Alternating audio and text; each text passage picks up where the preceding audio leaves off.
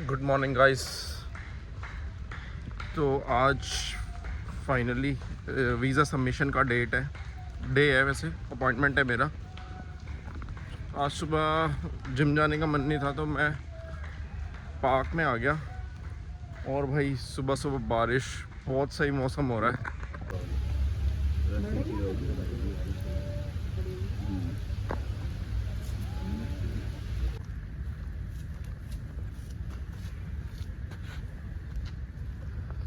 ये देखो भाई, अच्छी खासी बारिश हो रखी है, बहुत ही सही मौसम। और सुबह के अभी अप्रॉक्सीमेटली 6:30 हो रहे हैं।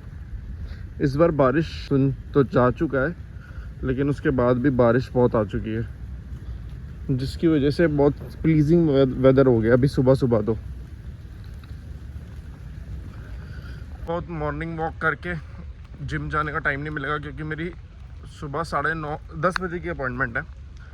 शार्प 10 बजे मुझे पहुंचना है। और अपना जो है प्रीमियम लाउंज ले रखा है हमने, तो 10 मिनट में मैक्सिमम हमारा काम हो जाएगा। सारे डॉक्यूमेंट सबमिटेड हैं, मुझे बस पासपोर्ट और फ़ोटो जमा करके आना है। वो करके आते हैं और फिर आपको बताते हैं डिसीज़न जो भी आता है कि क्या आ रहा है क्या नहीं, और कब से ट्रिप स्टार्ट होने वाला है।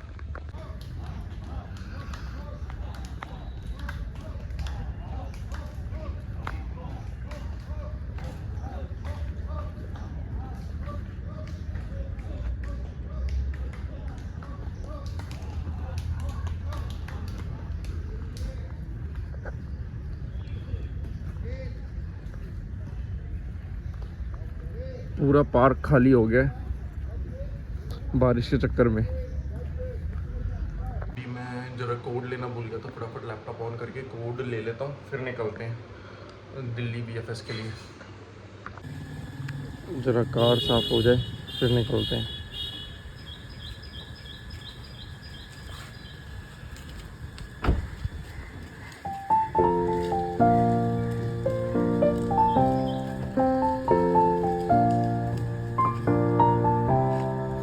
हाँ, तो फाइनली निकल चुके हैं घर से। गाड़ी में बैठ गया हूँ। चलो, हाँ, तो अब हम निकल रहे हैं BFS। पहुँच रहा हूँ BFS। वहाँ जाके बताता हूँ कैसा एक्सपीरियंस रहता है, और देखते हैं फिर। और गूगल मैप वालों को कोई कुछ कहेगा या नहीं कहेगा, ये दिखाते क्या है और होता क्या है भाई। ट्रैफिक के बिल्कुल ब्लू दिखा रहे हैं और भरा पड़ा था। ऐसा हो नहीं सकता कि ट्रैफिक ना मिले दिल्ली में। तो गूगल से मेरी दरख्वास्त है भाई, कुछ तो चेंजेस करने पड़ेंगे, लेकिन बिकॉज एक्यूरेसी में थोड़ी गड़बड़ है। मैं मानता हूँ कि इतना सारा जो है पॉपुलेशन है, ट्रैफिक है, अच्छे से ट्रैकिंग नहीं हो सकती है, जो भी है। लेकिन भाई आपका मेजॉरिटी ऑफ द टाइम्स ये जो है नेविगेट तो करता ही है, बताता ही है, लेकिन जो ट्रैफिक का हाल है वो एकदम लाइव अपडेट नहीं देता है।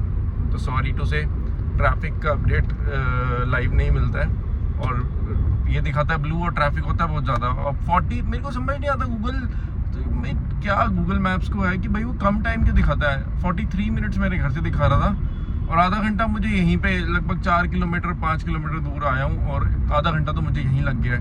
तो मुझे लगता है अभी 40 मिनट और लगने वाले हैं। सामने ट्रैफिक का हाल देखो, अगर वो दिख रहा है भाई, आगे पूरी गाड़ियाँ फंसी पड़ी हैं। यहाँ CP ऑलमोस्ट पहुंच गए हैं जी बंगला साहब। दर्शन करके फिर यहाँ से पैदल ही चले जाएंगे, पास में ही है।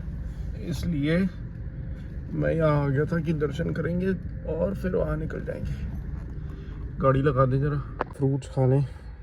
तो मैं रास्ते में आते थे फ्रूट्स खा लिए, ब्रेकफास्ट तो करा नहीं था। फ्रूट्स वगैरह खा के और एक ये अपनी कंट्री डिलाइट की मसाला छाछ पी के देन निकलते हैं।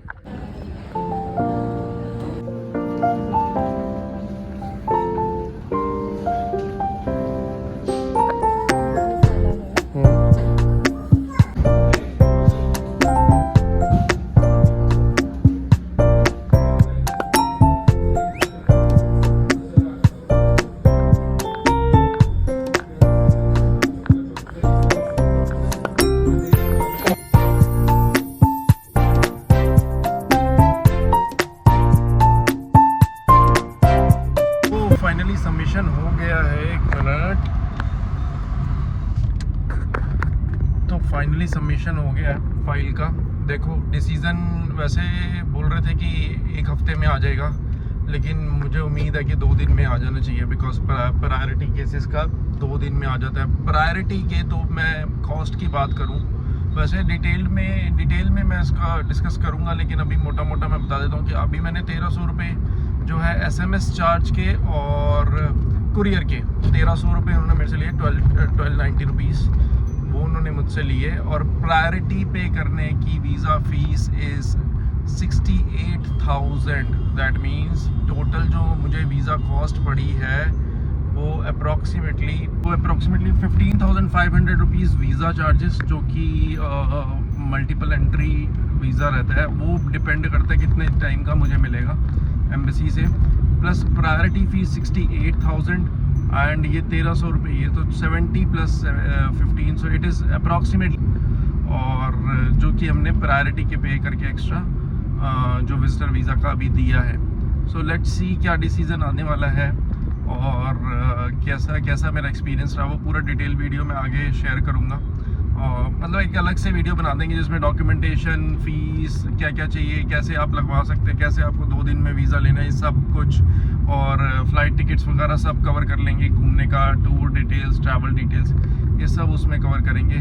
ये फ़िलहाल फाइनली जो है मेरा ब्लॉग आज का जो चल रहा है, जिसमें मैंने सबमिशन कर दिया, तो ये थोड़ा सा सेपरेट रहने वाला है, इंक्लूडिंग जो नॉर्मल डेली ब्लॉग्स होते हैं हमारे। तो गाइस फाइनली 3 दिन रह गए अपने ट्रैवल में। परसों 3 दिन बाद अपनी फ़्लाइट है। तैयारियाँ शुरू। कांचन ये शर्ट दी है, एक्चुअली बर्थडे का गिफ्ट था, उसने कहा वहाँ पे काम भी आ जाएगी मेरे। शर्ट दिखाता हूँ आपको, ये शर्ट है, ब्राउन सा कलर है, दिखाता हूँ अभी खोल के। और गाड़ी भी चला रहा हूँ साथ साथ में, ट्रैफिक कम हो जाए थोड़ा, दिखाता हूँ। ये कलर है शर्ट का, ये अपने वहाँ क्या बोलते हैं, बहुत अच्छी भी लगेगी पहनी हुई, और अपने ट्रैवल में भी काम आ जाएगी।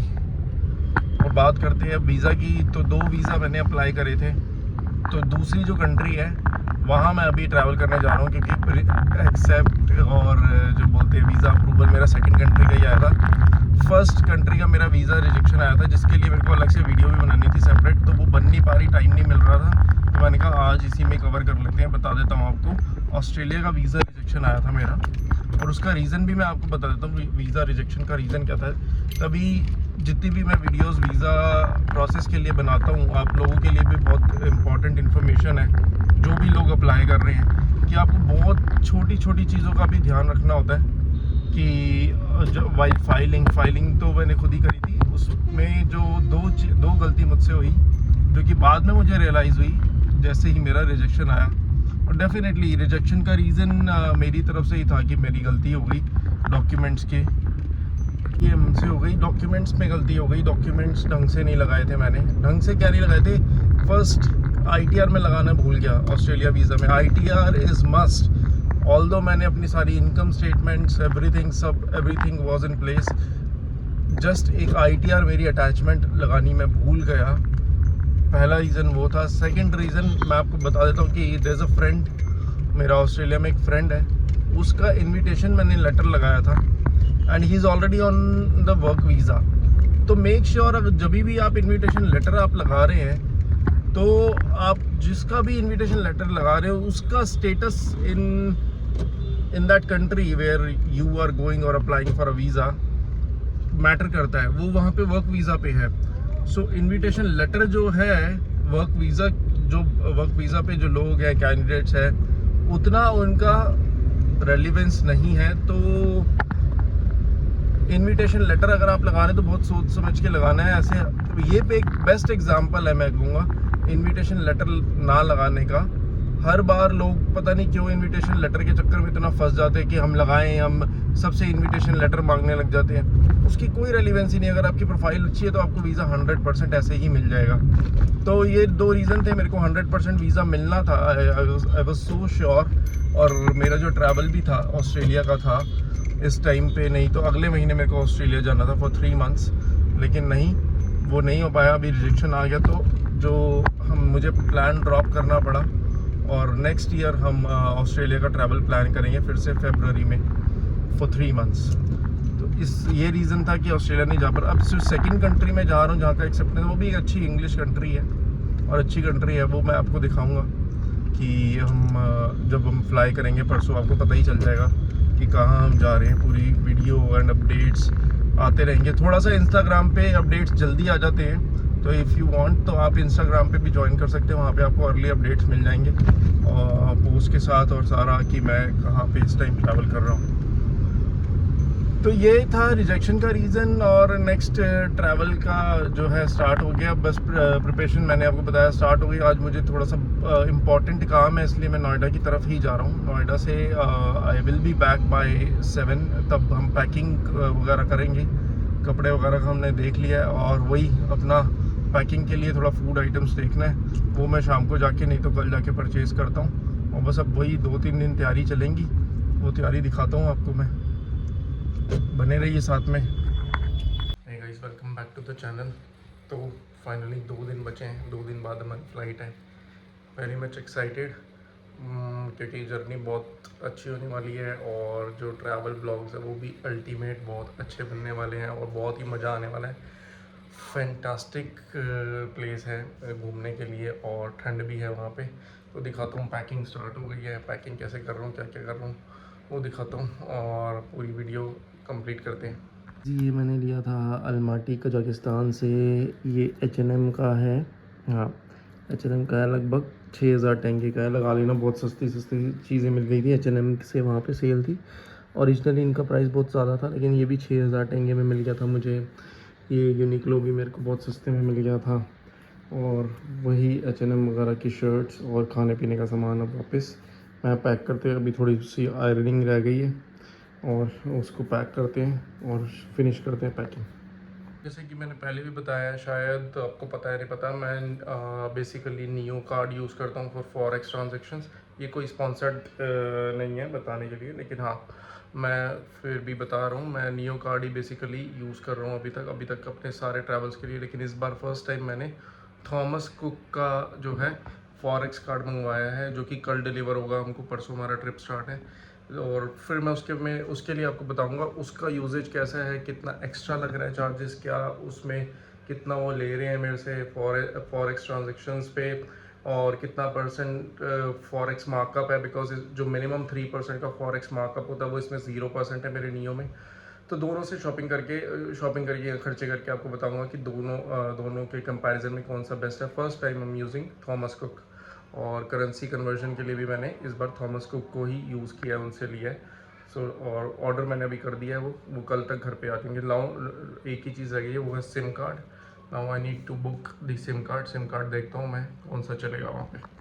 स्टार्ट पैकिंग तो कल ही मैंने स्टार्ट कर दी थी, बता दिया था आपको। जो फाइनल पैकिंग थी आज डन। कल फ्लाइट है, अब 2 दिन नहीं, अब कल फ्लाइट है, कल रात को। बस फाइनल पैकिंग। ये बिस्किट, ये इस बार खाने पीने का सामान बहुत ज़्यादा नहीं है, कम ही लेके जा रहा हूँ।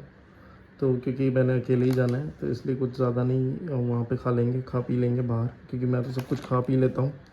तो बस इतना ही है, थोड़ा बहुत और वो क्या बोलते हैं रेडी टू ईट है, वो मैंने रख लिया है।